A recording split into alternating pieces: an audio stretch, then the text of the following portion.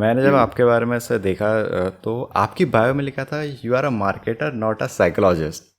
हम्म। इसको थोड़ा ब्रीफ में समझाएंगे एक बार? साइकोलॉजिस्ट एक प्रोफेशन है। हम्म।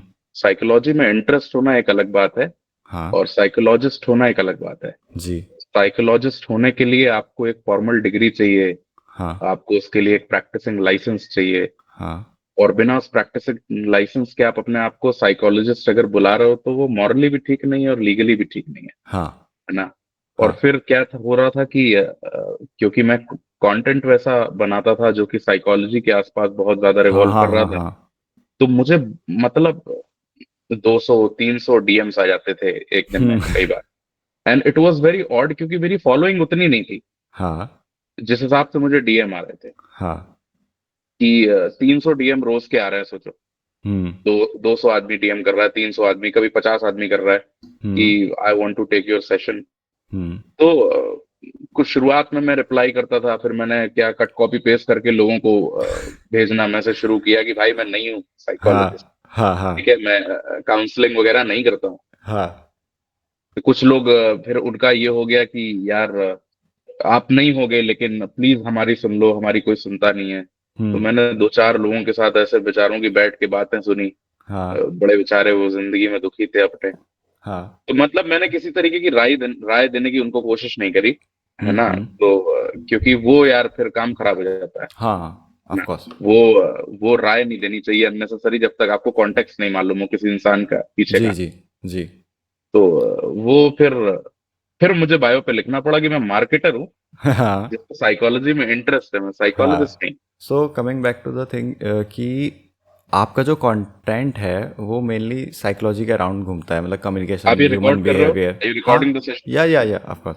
ओके। तो वो कम्युनिकेशन और ह्यूमन बिहेवियर ये साइकोलॉजी के अराउंड रहता है। So can you give me some insight of psychology, ऐसे प्रिंसिपल्स कुछ जिससे इफेक्टिव कम्युनिकेशन हो सके लोगों से? देखो, कम्युनिकेशन बिना बेसिक साइकोलॉजी समझे तो हो ही नहीं सकता। हम्म।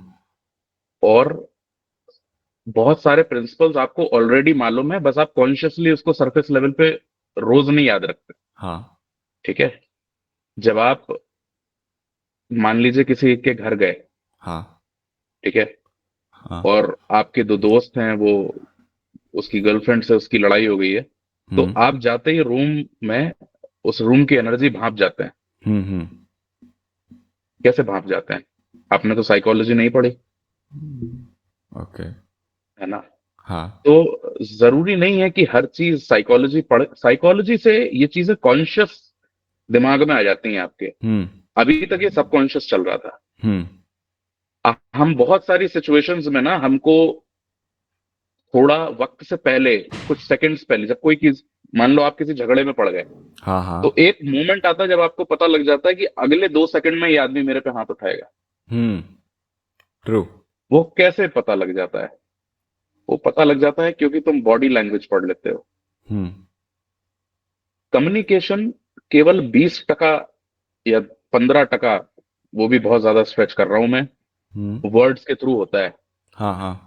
70-80% कम्युनिकेशन जो है वो नॉन वर्बल है भाई। हाँ। ट्रू। हाँ। ठीक है। 70-80% जब मैं कम्युनिकेशन बोलता हूँ नॉन वर्बल है, तो नॉन वर्बल कम्युनिकेशन में बहुत सारी चीजें आती हैं। हम्म। आपका आई कांटेक्ट, है हम्म। ना। नॉन वर्बल कम्युनिकेशन में एक चीज आपका अपीयरेंस भी होता है। हम्म।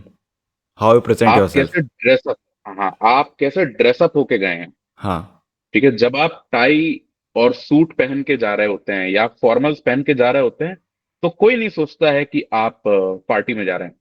हम्म। सबको लगता है कि आप सुबह सुबह उठे हैं, अब आप अपने ऑफिस जा रहे हैं, हम्म।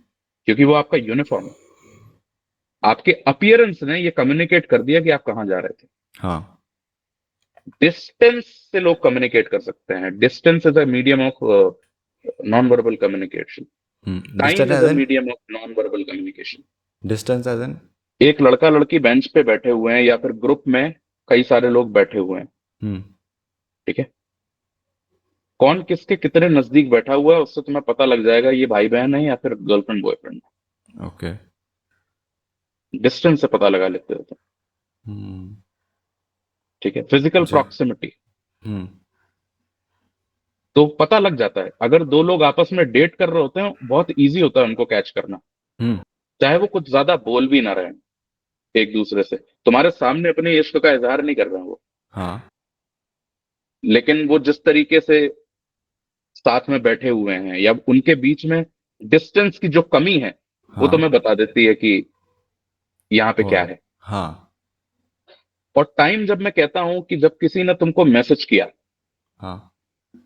ठीक है, मान जी। लीजिए आप आपके आपकी किसी लड़की को आपने मैसेज किया, और हम्म। उस लड़की ने आपके मैसेज का पूरे दिन के बाद रिप्लाई किया। हम्म।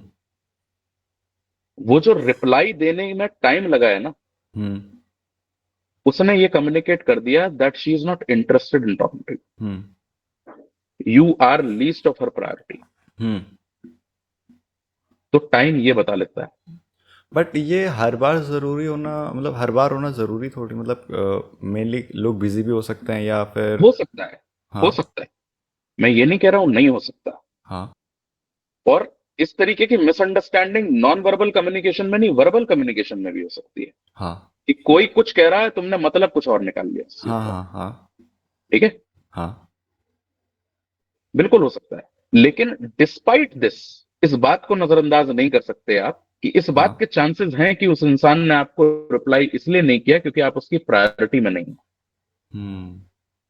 या फिर वो देख के रिप्लाई नहीं करता है आपका क्योंकि वो करना नहीं चाहता होगा। हम्म। क्या अगर मैंने किसी को हाई भेजा है, हम्म।